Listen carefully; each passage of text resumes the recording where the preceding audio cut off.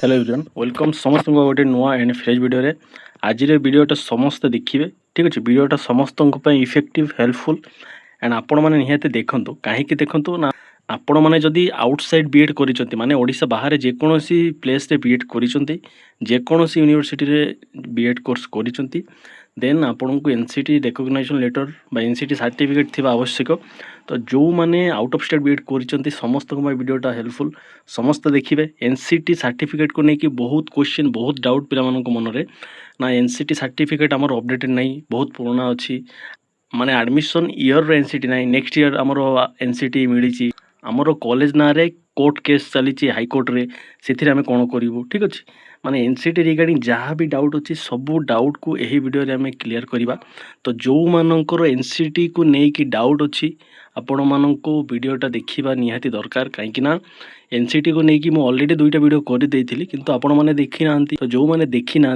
से मैंने वीडियोटा देखु वीडियोटा देखिले आपनकर जहाँ भी डाउट अच्छी मु श्योर आपनकर सब डाउट क्लियर हो आपको बुझेवाई एनसीटी ऑफिशियल वेबसाइट को जी जाकि आपको देखेबी कॉलेज रो माने एग्जांपल देकी आपको बुझेबी जहाँ द्वारा आपण मैंने संपूर्ण तथ्य पाइपर संपूर्ण नॉलेज पाइबे कौन एक्चुअली आपणकर प्रोब्लेम अच्छी कि ना सबू किसी आप जानीपारे तो समस्त देखो आम अलरेडी पलि आसीचे एनसीटी ऑफिशियल वेबसाइट तो जो मैंने आम चैनल को नुआ चैनल को सब्सक्राइब करेंगे वीडियोटा को लाइक करेंगे सहित शेयर करेंगे एंड संपूर्ण वीडियोटा देखिए जहाँद्वारा आप डाउट क्लियर हो वीडियोटा स्किप करेंगे और वीडियो जहाँ भी मुझे डाउट को क्लियर करी से ही डाउट जब आप किए भी मत क्वेश्चन करेंगे देन आपण मानकर क्वेश्चन तो मुझे आंसर देवेनि वीडियोटा आपण मानक कराऊँच वीडियोटा जब आप न देखिए देन मुझे आपको आंसर देवेनि कमेंट वीडियोटा देखूँ जदि आपणकर सेमती किसी कमेंट आसे देन निहाती मुझे तार आंसर देवाक चेष्टा करी तो स्टार्ट करवा बिना कौन देरी मुझे जहाँ भी कहि बर्तमान तो ताकू आप ध्यान सहकार शुणु point by point Java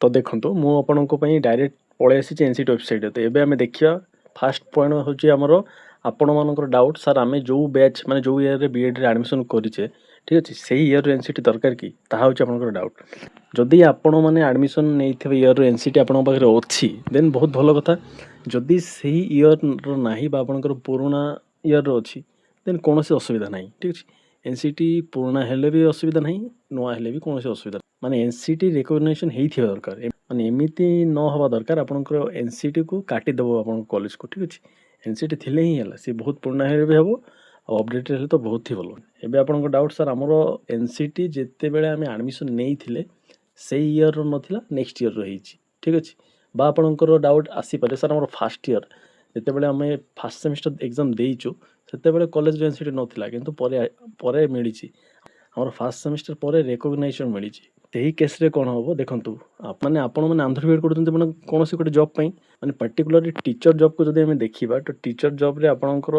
C admission year आपणकर धरतु 23-25 बैच धरवा कि 25-27 बैच धरतु 25-27 बैच है भल बुझीपारे तो धरतु जेकोसी गोटे कॉलेज ए कॉलेजटा धरवा आपणकर एजे कॉलेज ऑफ एजुकेशन तो देखो ए कॉलेज आपणकर सेक्शन 23-24 यहाँ ऑर्डर विड्रोल हो जाए विड्रोल माने आपंकर रेड होगी लिखाई देखो यही कॉलेज जो मैंने आपंकर डीए माने यहाँ डीएलएड लिखाई ठीक है बीएड हेले कोर्स टाइप भी देखा पड़ो एमती नुह खाली डीएलएड को आप बीएड भाविक करदे हेनी जदि आपंकर बीएड रे एमती आपंकर विड्रोल लिखा होची देन आपण मैंने सही कॉलेज करेंगे आपंकर कौन सर्टिफिकेट वैलिड रही सब इनवैलिड हो आपंकर एडमिशन ईयर आपंकर एनसीटी रिकॉग्निशन थिबा दरकार आपंकर कॉलेज आ गोटे कॉलेज आपको देखा ये भी विड्रोल हो बीएडटा देखिए बीएड देखिले आप भलसे बुझीपारे यहाँ देखो यहाँ देखिए बुझे एपी कॉलेज ऑफ एजुकेशन को जब देखा देखो ये आम बीएड अच्छी केवेर 2019 रु एनसीटी रिकॉग्निशन देनी तो जब यही कॉलेज आप न देखिए एडमिशन करदे आपंकर बीएड तो इनवैलिड हम ना आपंकर धरतु 25-27 बैच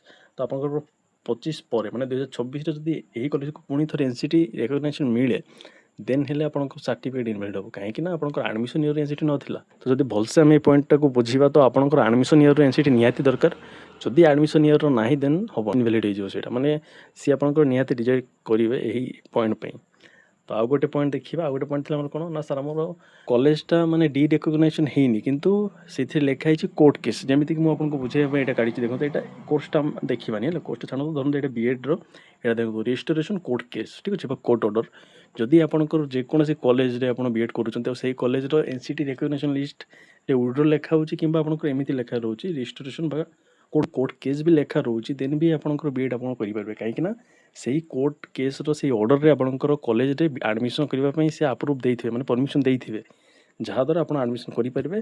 ଆଉ ଆପଣଙ୍କର ଆଡ଼ମିସନ୍ ଇୟର୍ ଧରନ୍ତୁ ଆପଣ 25-27 ବ୍ୟାଚ୍, 25ରେ ଆପଣ ଆଡ଼ମିସନ୍ କରିଛନ୍ତି, 26ରେ ଯଦି ତାହାକୁ NCT ରେକଗ୍ନାଇଜେସନ୍ ମିଳୁଛି ଦେନ୍ ଆପଣଙ୍କର ବିଏଡ଼୍ ମାନେ ଇନଭ୍ୟାଲିଡ୍ ହେବନି, ଭ୍ୟାଲିଡ୍ ହିଁ ରହିବ। କାହିଁକି ଭ୍ୟାଲିଡ୍ ରହିବ ନା ଆପଣଙ୍କୁ ସେ କୋର୍ଟ କେସ୍ରେ ହାଇକୋର୍ଟ ଆପଣଙ୍କର ପରମିସନ୍ ଦେଇଛି, ଆପଣ ସେଇ କଲେଜରେ ଆଡ଼ମିସନ୍ ନେଇପାରିବେ ବିଏଡ଼୍ରେ। ଏଇଟା ହେଉଛି ଆଉ ଗୋଟେ ପଏଣ୍ଟ ଥିଲା ଆମର, ମାନେ କୋର୍ଟ କେସ୍ ଥିଲେ ବି ଆପଣ କରିପାରିବେ। ଖାଲି ଆମର କ'ଣ ନା ଡି ରେକଗ୍ନାଇଜେସନ୍ ଯେମିତି ଆପଣଙ୍କର କଲେଜକୁ ନ ମିଳୁ, ବା ଡି ରେକଗ୍ନାଇଜେସନ୍ ଆପଣଙ୍କ କଲେଜ ଯେମିତି ନ ହେଉ, NCT ରେକଗ୍ନାଇଜେସନ୍ ଏନି ହାଉ ଥିବା ଦରକାର।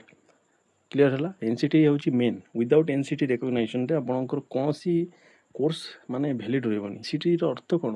National council for teacher education. ତ ସେଇଥିପାଇଁ NCT ରେକଗ୍ନାଇଜେସନ୍ ଥିବା ହିଁ ଦରକାର। କ୍ଲିୟର୍ ହେଲା? ଆଉ କ'ଣ ଥିଲା ଆମର ପଏଣ୍ଟ?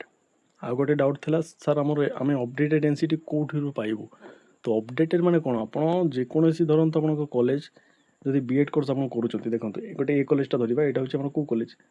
ଅବଦୁଲ୍ଲା ବିଏଡ଼୍। ଏଥିରେ ଆମର ଗୋଟେ ହିଁ ଅର୍ଡ଼ର ଅଛି NCTର, ରିଭାଇଜ୍। ଦେଖନ୍ତୁ ରିଭାଇଜ୍ ରେକଗ୍ନାଇଜେସନ୍ ମିଳିଛି। ଏହି PDFଟାକୁ ଆପଣ ଡାଉନଲୋଡ଼୍ କରିବେ। ଏଇଠି ଗୋଟେ PDF ଆପଣଙ୍କର ସମସ୍ତଙ୍କ ପାଇଁ। ଆଉ କୌଣସି PDF ନାହିଁ, ବା ଆପଣ ଯଦି କହିବେ ସାର୍ ଏହି କଲେଜର ଆମର ଅପଡେଟେଡ୍ ଏଇଟା ଆମକୁ ଦିଅନ୍ତୁ, ତ ଅପଡେଟେଡ୍ NCT ତ ନାହିଁ ନା, ଗୋଟେ ହିଁ NCT ଅଛି। ଏହାକୁ ଆପଣ ଡାଉନଲୋଡ଼୍ କରିକି ରଖିବେ। ଆଉ ଯଦି ଆପଣ ଅପଡେଟେଡ୍ ହିଁ ଚାହୁଁଛନ୍ତି ଦେନ୍ ତାହାକୁ, ମାନେ ଏହି PDFକୁ ବା ଏହି NCT ଅର୍ଡ଼ରକୁ ଆପଣଙ୍କର ଏହି କଲେଜର ପ୍ରିନ୍ସିପାଲଙ୍କୁ ସିଲ୍ ସିଗ୍ନେଚର୍ ଆଣିବେ, ଅପଡେଟେଡ୍ ସିଲ୍ ସିଗ୍ନେଚର୍, ସିଏ ସାଇନ୍ କରିବେ ଆଉ ଆପଣଙ୍କର ସିଲ୍ ବାଡ଼େଇକି ଦେଇଦେବେ। ତାହା ହେଇଗଲା ଅପଡେଟେଡ୍। ବୁଝିଲା? ଆପଣଙ୍କର NCT ଆପଣଙ୍କର କଲେଜକୁ ମିଳିଥିବା ଦରକାର, ସେ ପୁରୁଣା ହେଉ ନୂଆ ହେଉ, କୌଣସି ଅସୁବିଧା ନାହିଁ। ଆପଣଙ୍କର ଇକ୍ୱିଭାଲେନ୍ସି ନୂଆ ଦରକାର। ନୂଆ ମାନେ କ'ଣ? ଯଦି ପୁରୁଣା ଅଛି RTI ଦ୍ୱାରା ଫାଇଲ୍ କରିଲେ ଆପଣଙ୍କର ସେ ରିପୋର୍ଟ ମିଳିଯାଉଛି। ଆଉ ଆଫିଲିଏସନ୍ ପ୍ରତି ଇୟର୍ର ଦରକାର, ଯେମିତିକି ଆପଣଙ୍କର 25-27 ବ୍ୟାଚ୍ ଯଦି ହେଉଛି, ଆପଣଙ୍କର 25ରୁ 26, 24ରୁ 27 ପରମାନେଣ୍ଟ ହେଲେ ଗୋଟେରେ ହିଁ ହେଇଯାଉଛି। ତ ଏମିତି ହିଁ ଆପଣ ଚେକ୍ କରିବେ। ଯଦି ଆପଣଙ୍କର NCT ଆଡ଼ମିସନ୍ ଇୟର୍ର ନାହିଁ ଦେନ୍ ତାହା ଆପଣଙ୍କର କୋର୍ସ ଇନଭ୍ୟାଲିଡ୍। ଯଦି ଆପଣଙ୍କର ଫାର୍ଷ୍ଟ ସେମିଷ୍ଟର ପରେ NCT ମିଳିଛି, କୋର୍ଟ କେସ୍ ନଥିଲା, ଠିକ୍ ଅଛି, ଦେନ୍ ଆପଣଙ୍କର ଇନଭ୍ୟାଲିଡ୍। ଯଦି କୋର୍ଟ କେସ୍ ଥିଲା, ଭ୍ୟାଲିଡ୍। ତାପରେ ହେଉଛି ଆପଣଙ୍କର NCT ନା, ମାନେ ଆପଣଙ୍କର NCT ୱେବସାଇଟ୍ ଆପଣଙ୍କ କଲେଜର ନାଁ ହିଁ ନାହିଁ, ଦେନ୍ ତାହା ବି ଇନଭ୍ୟାଲିଡ୍। ନାଁ ଥିବା ଦରକାର ନା। ଯଦି ଆପଣଙ୍କର NCT ରେକଗ୍ନାଇଜେସନ୍ ଲିଷ୍ଟରେ ଆପଣଙ୍କ କଲେଜର ନାଁ ଆସୁନି ଦେନ୍ ଆପଣ କେମିତି ଜାଣିବେ ଆପଣଙ୍କର କଲେଜ, ମାନେ ଦେନ୍ ଆପଣଙ୍କର କଲେଜକୁ NCT ମିଳିଛି କି ନାହିଁ ଆପଣ ଜାଣିବେନି ନା। ତ ନିହାତି ଏସବୁ ଜାଣିବା ଦରକାର। ଆଉ NCTକୁ ଚେକ୍ କରିକି ହିଁ ଆପଣ ଆଡ଼ମିସନ୍ କରିବା କଥା। ଖାଲି ଏଜେଣ୍ଟମାନଙ୍କ ମାନେ କଥାରେ ଆଡ଼ମିସନ୍ କରିଦେଲେ ତ ହେବନି ନା। ପଇସା ଖାଇବା ପାଇଁ ଏଜେଣ୍ଟମାନେ ଆଜିକାଲି ଯାହା କରୁଛନ୍ତି, ଆପଣମାନଙ୍କୁ ଟେଲିଗ୍ରାମରେ ମୁଁ ଗୋଟେ ନ୍ୟୁଜ୍ ପଠାଇଥିଲି। ବର୍ତ୍ତମାନ ସମୟରେ ଓଡ଼ିଶାରେ ଫେକ୍ ବିଏଡ଼୍ ପାଇଁ ବହୁତ ଇନଷ୍ଟିଚ୍ୟୁସନ୍ ମାନଙ୍କୁ ପୋଲିସ ଗିରଫ କରୁଛନ୍ତି। ଠିକ୍ ଅଛି?